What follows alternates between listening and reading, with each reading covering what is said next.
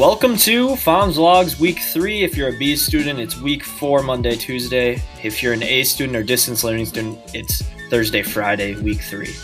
Welcome, everybody. Quick shout out to Brooke for giving me some muffins in class. If you give me treats or a snack or something, maybe I'll shout you out in a Pham's Vlog. Or actually, I will shout you out. Brooke, shout out.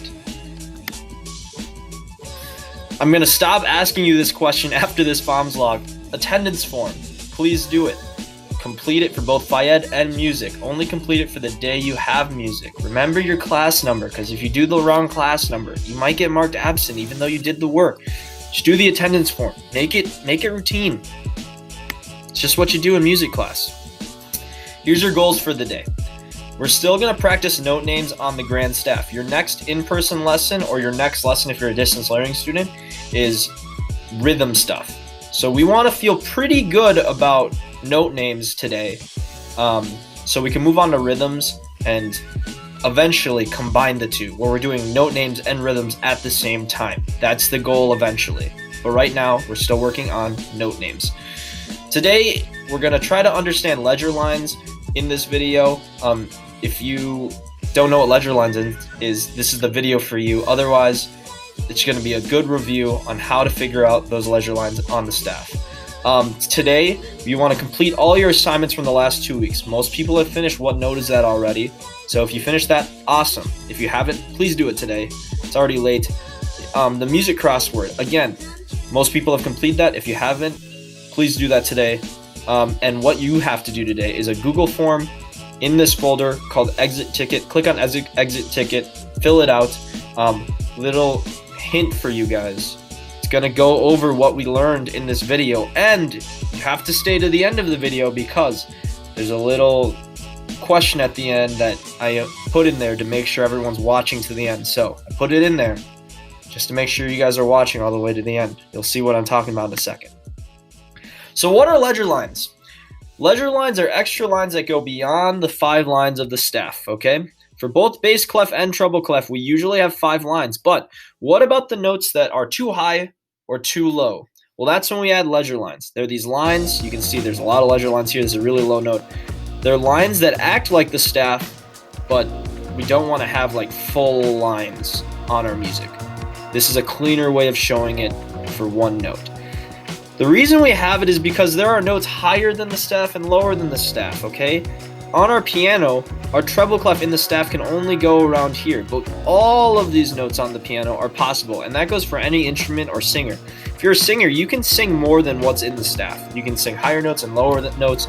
We have to know how to write those out when we're writing out music or reading music. So again, remember that notes can only be on a line or a space. There's no in between. They're either on a line or a space, and ledger lines work the same. Even though they're not on the staff, they're either on a line or a space. So you can see right here, we're on F at the top of our treble clef. Here's an F. If we go up a space, it's a space. Now we're adding a ledger line here. It goes through the note. That's a line. Now our note's on a space. It's above the line. Now, the note above, we add another ledger line. We keep this one just to keep a reference. So 2 ledger lines here, then there's a space above. You can add another one for 3. This one's 3, the space above. The next one would be 4 lines above. Same thing if we were going down. You would just keep adding lines below in the same fashion, the same order, just like this on lines and spaces. Bass clef, same exact thing. Now, remember that if we're going up by lines and spaces, and we're just going up by steps, that's it. We're just going up by steps, by lines and spaces. We're just going up our alphabet, okay? Really easy for us to remember that. Right here, let's figure out this top line. If we use our acronym, every good boy does fine. F, fine. We have our top line. Let's figure out the space above, which is G, because we're going up our alphabet. Remember, our alphabet only goes from A to G, and then we reset the cycle. So now we go to the line above, which is A, the space above is B, then C, then D, then E, then F, then G. You're just going up your alphabet. Vice versa, the opposite, if you're going down, so let's figure out the bottom line of treble clef. You're like, okay, Ernie gave bird dead fish. that bottom line is E. And if you need to figure out this space below, you're like, okay, one below E is D, then C, then B, then A. I'm adding leisure lines, then G, then F, then E, then D, then keeps going on forever and ever. Same thing goes for bass clef, but different notes, because we use good burritos don't fall apart. We know this is A, then we go B, then C, then D, then E, then F, then G, then you keep repeating A, B, C, D, E, F, G. Opposite if we're going backwards. This bottom line, you're like, good burritos don't fall apart. That bottom line is good, G. You go backwards, G, F, E, D, C, B, A, G, and you keep going. You can keep going and keep adding leisure lines for as long as you want. And that's how we figure out how to find those notes with the leisure lines. So these are the problems people have been getting wrong on the what note is that or on the crossword. You look at this and you're like, okay, my acronyms don't work for this because it's a space, but I can't use face because F is right here. I don't have anything below FACE. So what I like to do, I want to figure out the note closest to this note. And the note closest to that note is this line right here. What's my acronym for treble clef line? Ernie gave Bert dead fish, or every good boy does fine. I'm like, Ernie, E. Now what's one letter name below E? I sing my alphabet. I'm like A, B, C, D, E. Oh, right before E was D. This is a D. Now D is also a step away from this leisure line note. And you do the same exact thing. You're like A, B, C, D. You're like, okay, that's a D. And I'm looking for the line below. So it's one letter note below D. It's a C because C is right before D in the alphabet.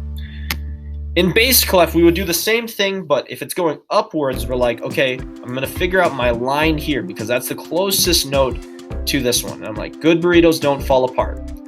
A. Okay, what's one letter note above A? Really easy. You're like A, B, C. Oh, it's B because I'm going up the alphabet. That's a B. Same thing with this line above. You're like, okay, I know that's a B. What's one letter name above B? You're like, okay, it's C because you know your alphabet.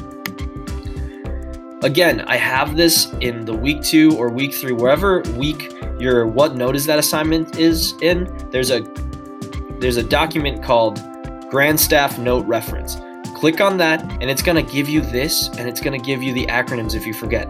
I don't want you forgetting. If you need to use this, please use it because this is an easy way to do it.